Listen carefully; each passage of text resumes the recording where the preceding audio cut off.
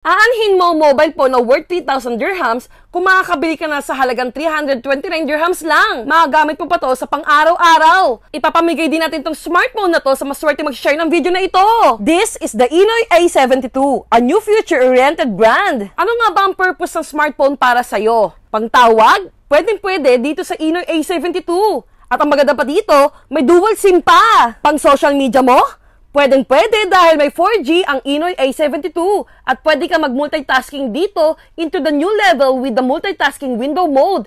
Ang laki din ng display niya, 6.95 inches water drop display para sa clear and bright picture. E pang picture at video mo, pwedeng-pwede dahil may triple camera ang Inoy A72. 13 megapixel ang main camera na ito, kaya pwedeng-pwede tayo mag-ipon ng memories. Meron din siyang micro SD support. You can expand the built-in memory with additional 128 GB.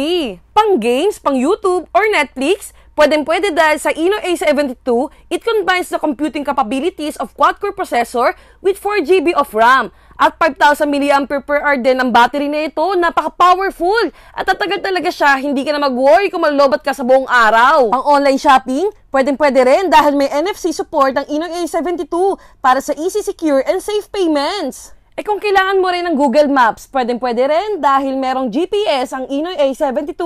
Ang ganda pa ng design nitong Inoy A72, napaka-slim profile and eye-catching. Dalawang kulay na available, merong space gray at deep purple. Inoy meets your needs.